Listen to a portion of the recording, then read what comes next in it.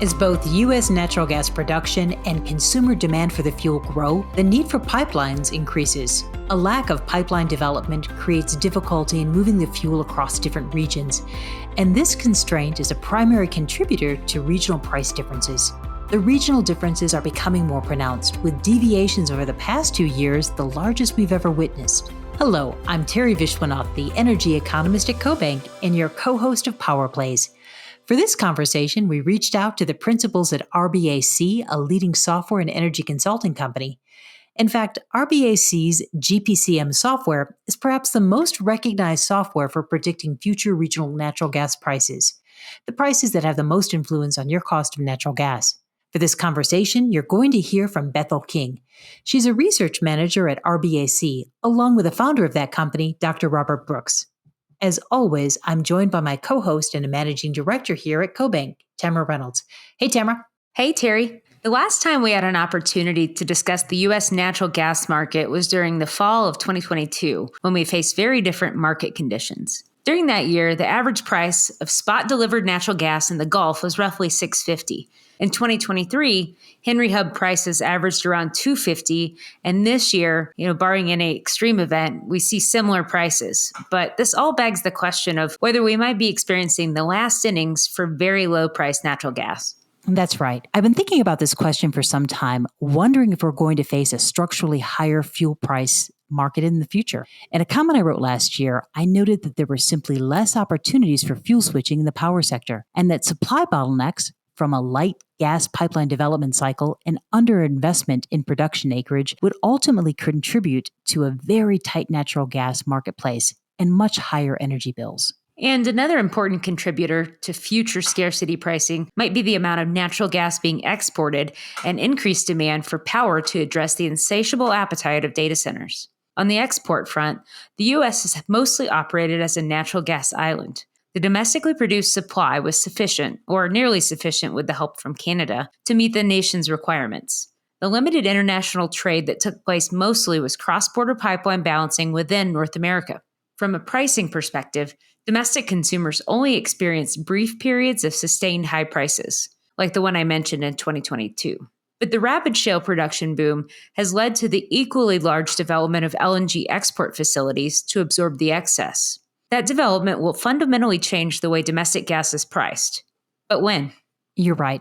In a more constrained energy resource world, we're going to see greater nuance. That is volatility and high prices. And even though we have a market that is currently well supplied, there are important regional differences that consumers need to pay attention to. FERC identifies 5 distinct regions of the country.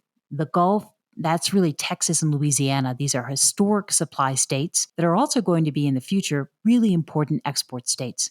The Midwest, which is both a supply region with mid-continent production, but also a really important heating demand region. And then the mostly demand-centric regions of the Northeast, the Southeast, and Western states. Tamara, our conversation on regional gas prices begins with your question to Bob about whether we're seeing the last innings of low prices, and he focuses in on the nation's regional epicenter for price weakness, which is West Texas. Following Bob's comment, you're going to hear Bethel chime in about the particulars. Here's that conversation. Do you think that this might be the last chapter of really low-priced shale gas? I think most eyes these days are on Texas and in the Permian in particular, which is, strangely enough, not shale gas. It's actually tight oil and associated gas being produced from tight oil. So it's actually a different thing, but that is actually what is, I think, the main reason for low prices and even negative prices at times, which is oil prices are so high right now that producers, they want to produce oil and they want to move oil into markets because they can get very high price for oil right now. But the scene is that there's a lot of gas that gets produced with the oil. This is called associated natural gas. And there's nothing you can do about it. I mean, the producers would just soon not have it, but it's there. And in the old days, they used to just either vent it or flare it, because it didn't really have any particular value. But in today's environment, you cannot do that. Legally, you cannot do that. And so that means you are stuck in this situation where you want to get the oil out, you've got a bunch of gas, and the gas amount of gas that you have is possibly and likely to be more than what the market needs, which means that its price goes down, down, down, and it even at times gets to the point where you have to pay people to take it away. And in particular, we've seen not only negative prices, which we've certainly had that historically over time, different ups and downs in the market.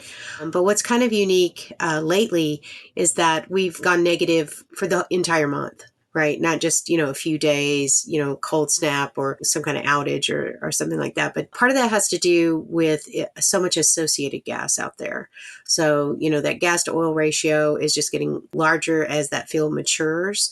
That's kind of the normal life cycle. In addition to that, we've had some kind of bad timing as far as, well, I say bad timing. If you're a producer out in the Permian area, it's bad timing. But some outages, some big maintenance, Permian Highway, Gulf Coast Express, and then it's kind of some normal stuff too. El Paso, NGPL. And what's happening is even though some of these outages are short-lived, 1 week, 2 week, they're kind of pancaking on top of each other. So they're overlapping, and it's just constraining an already constrained area. As we are wrapping up our July podcast, the Gulf Coast, the Texas coastal counties in particular, Brazoria, Galveston, Harris, and Montgomery, are all recovering from Hurricane Beryl, with more than 1 million consumers currently without power. But some of the largest energy consumers on the Gulf Coast are actually these LNG export facilities. Our guest reflected on the pricing implications for these megaloads and how they might impact pipeline flows in the region. But I think one of the things is really unique that's happening in the market right now is we're finding a null point along the Gulf Coast, right? So we've got Permian and East Texas, Western Louisiana gas, right, coming over to serve that coastal LNG export market, which is growing, and everybody's kind of trying to thread the needle on timing of production versus those starting. But we're also seeing gas coming down from Appalachia, right? That's another constrained area. They're wanting to get that gas down south. And what we're seeing is we're kind of seeing this null point move back and forth along kind of the Louisiana, Mississippi, East Texas area.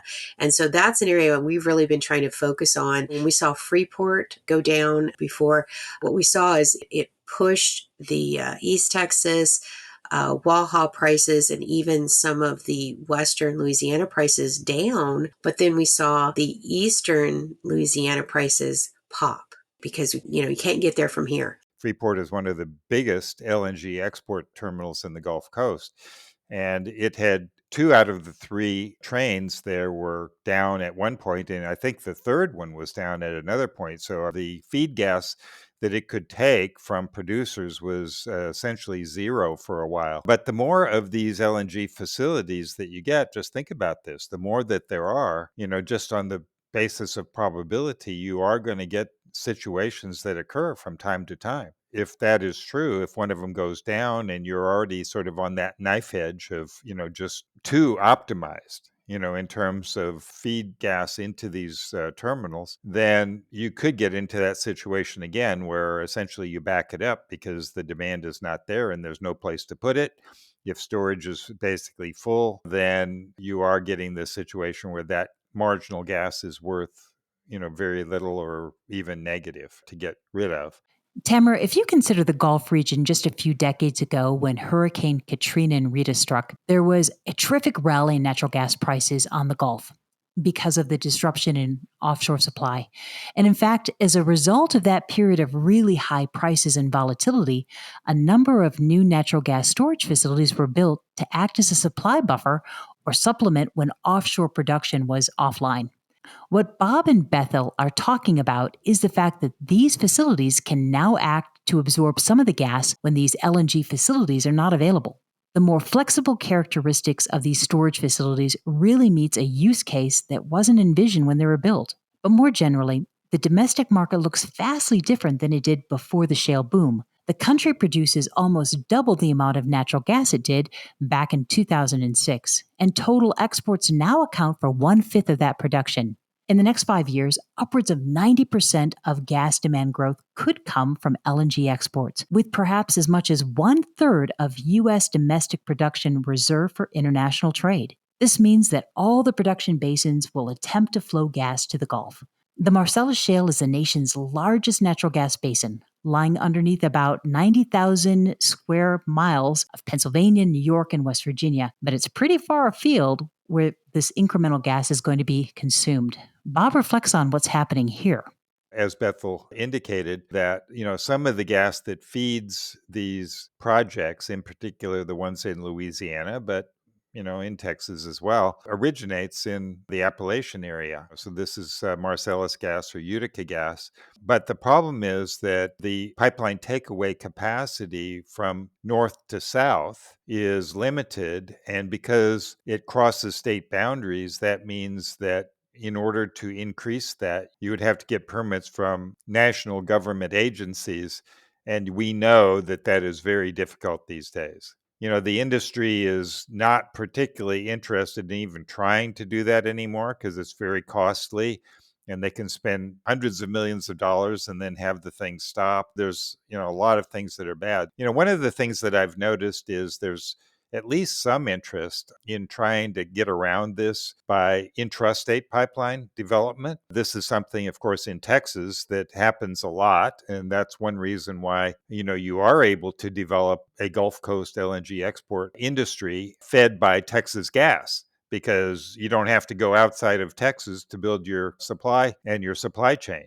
So that's good. And something similar in Louisiana between Haynesville and other sources in Louisiana and the Gulf Coast facilities in Louisiana. So there is a company that is trying to do something kind of similar to that in Pennsylvania. Now, I'm not sure if they're going to be very successful, but basically they're talking about building a liquefaction facility, not right on the Delaware River, but actually a little bit inland, and, feeding that facility with Pennsylvania gas, making LNG, and then trucking it to an LNG export facility that they would build on the Delaware River south of Philadelphia. Delaware River is huge. I don't know if you've been to Philadelphia, and it's a great export area potentially. There's a lot of industry there and has been in the past, oil-based.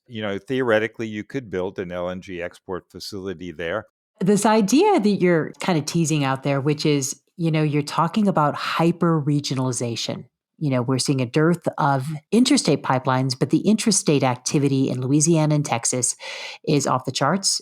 And so Bob, you mentioned a great opportunity that may be occurring and unfolding in Pennsylvania. So, we used to talk about coal plants, these are mine mouth coal plants, right on top of supply. And we're seeing something interesting occur because of this. So with this idea lens on regionalization, let's talk a little bit about what's occurring in other areas. If we look at the Midwest, all of the gas, is the Chicago area becoming a way station for excess Canadian, Appalachian, maybe mid-continent that, mid-continent gas has two different areas that they can sink, right? So what's happening in the Midwest? Years and years ago, Chicago was a huge market area and everybody was trying to get there, right? You had like New York prices would blow out, you'd have Chicago prices, and then, kind of Cal border. Those were three big market areas. And then when you started seeing pipelines come down from Canada into Chicago, Chicago essentially became a big hub. Right. And just like you mentioned, lots of gas from lots of different regions can get to Chicago and then from there go other places. Rex is bidirectional. I recently spoke with a lot of mid-continent producers. And one of the things that I brought up to them is, yes, you have some mature fields. You're bringing in some of the new technology and kind of revitalizing some of this stuff. But one of the advantages that the mid-continent producers have is that they're very well connected. They can go north, south, east, or west. They have a little bit more flexibility versus the Permian producers, right? They're kind of landlocked, if for lack of a better word. Some of that's not quite as exciting just because we're not seeing quite as big of numbers from those guys. But there's certainly a very robust community of producers in the mid-continent area who are really trying to optimize those fields, whether they're associated or not associated. And tight sands is kind of being revitalized because of the scoop and stack and the different plays within Permian as well. We used to think about the basin economics setting the dispatch order. And now we have something interesting occurring. So where mid-continent, when compared to the netback on Marcellus might be lifting costs are a bit more expensive out of that basin, but all of a sudden it's really about infrastructure, takeaway capacity, which regional markets you can touch. So it looks like it's kind of the cards have already been set on the table and you've got to play the hand. So it's a very interesting dynamic. Yeah, I think also you need to look at the demand dynamics in those areas. If you're talking about Chicago, of course, leading into Michigan and Detroit and Minneapolis and, all of these population centers. The problem is, as far as growth in this area, is that population is not growing in these areas.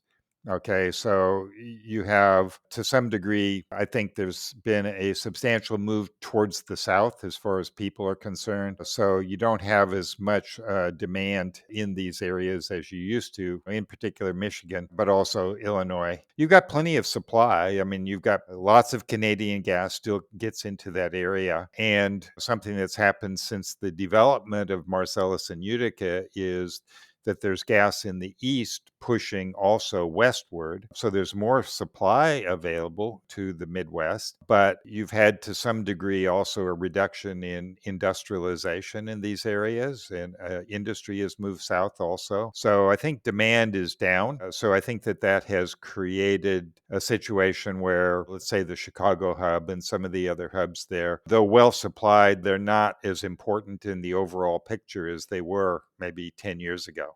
I think, where it's happening, from what I can tell, has been moving further south in lots of different ways. I mean, the South used to be largely rural, but think about, where are they putting auto plants? They're not putting them in Michigan anymore. They're putting them in South Carolina and Tennessee and other places in the South for various reasons, mostly economics. So you're getting a larger industrial demand growth in these other places. There's an interesting but important complementary story unfolding in power that amplifies the moving target for natural gas demand.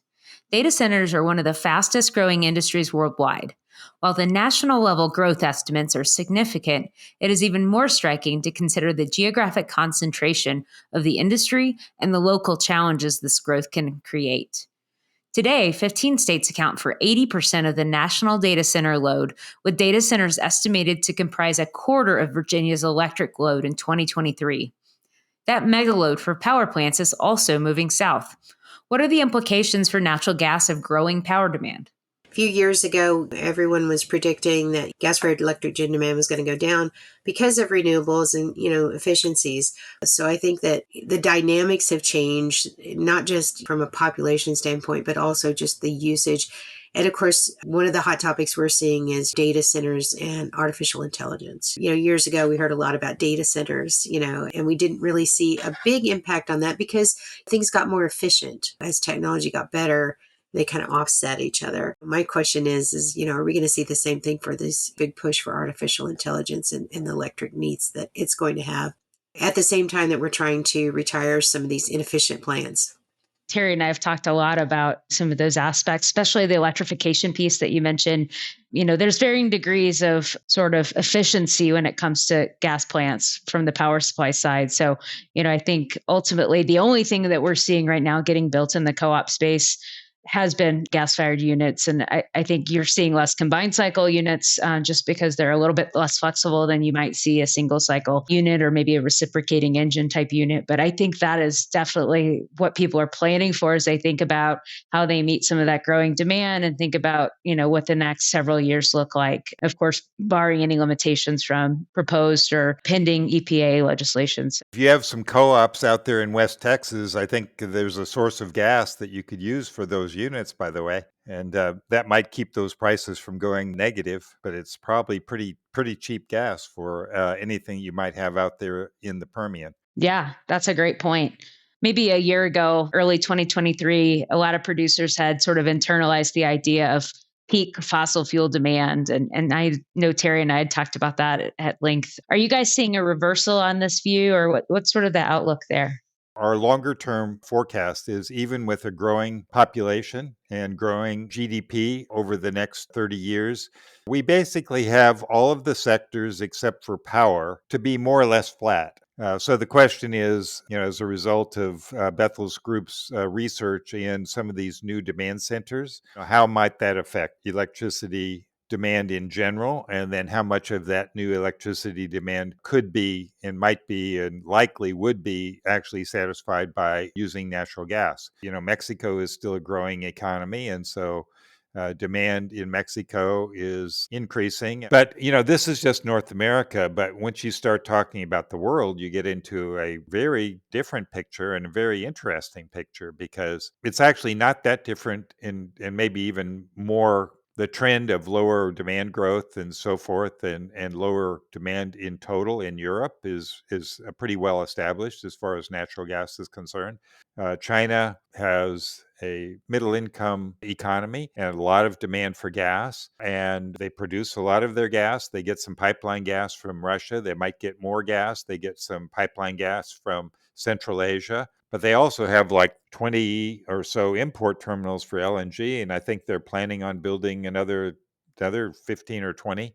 I mean, they've got LNG terminals all along the coast of China, and so they are really building an energy economy which is based on security of supply. They're going to have the gas that they need from whatever. So they have great optionality, and security of supply are more important to them than price. Look at India. I mean, India is doing really well. We project in the long run that India is going to be as big an LNG market as China. So it's going to grow enormously. The price in Asia and Europe are not that far different. They're usually within $1 or $2 per million BTU. So it's not that much different. Both of them are heavily dependent on LNG. Europe basically is not probably ever going to get large volumes of natural gas from Russia anymore. They had relatively inexpensive gas by pipeline from Russia for a long time. It has been going down over the years as, I think, mistrust and missteps between Russia and Ukraine, and currently the war. And it's pretty clear that pipeline gas's capacity into Europe is drying up. Europe is getting the gas that it needs, but a lot of it is LNG. And so because Asia has so much LNG, shippers basically can kind of choose where they're going to send the gas. And so that creates a competitive marketplace where the price is not that much different, between the major marker in Europe called TTF and the major marker in Japan called JKM. Those are usually, again, within a dollar or two of each other. So this is the very thing that keeps me up at night. While the U.S. can already boast more LNG capacity than any other producing nation, the country's liquefied natural gas shipping armada is about to get bigger, potentially doubling in size. This LNG growth will convert a mostly captive market to one that is at least partially exposed to world prices. A hint of this connection occurred in 2022, as Tamara mentioned earlier in the program, with U.S. natural gas spot prices rising to their highest level since 2008, are really kind of walking back those post-shale discounts.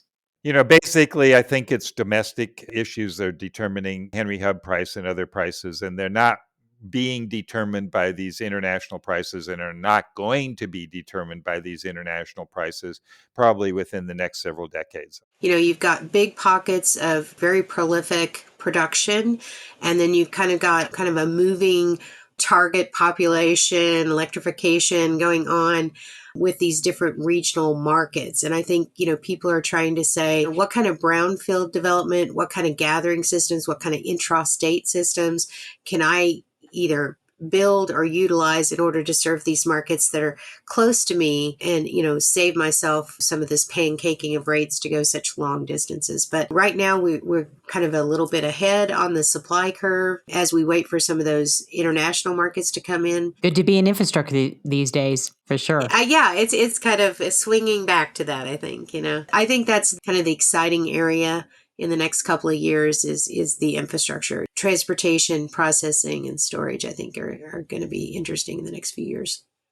So basically, there's still a window of opportunity for domestic consumers to enjoy low prices, but that window could potentially narrow as the twin developments of increased power plant demand from data centers and global exports begin to accelerate. I do hope that all of you have enjoyed this deep dive into the factors that will influence natural gas prices. And that all of you will tune in next month when we talk about right-sizing the distribution system to meet future needs. Bye for now.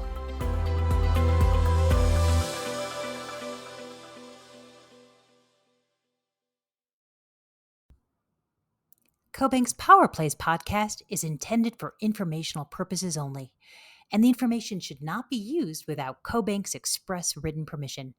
The information provided in the podcast is not intended to be investment, tax, or legal advice and should not be relied upon by listeners for such purposes.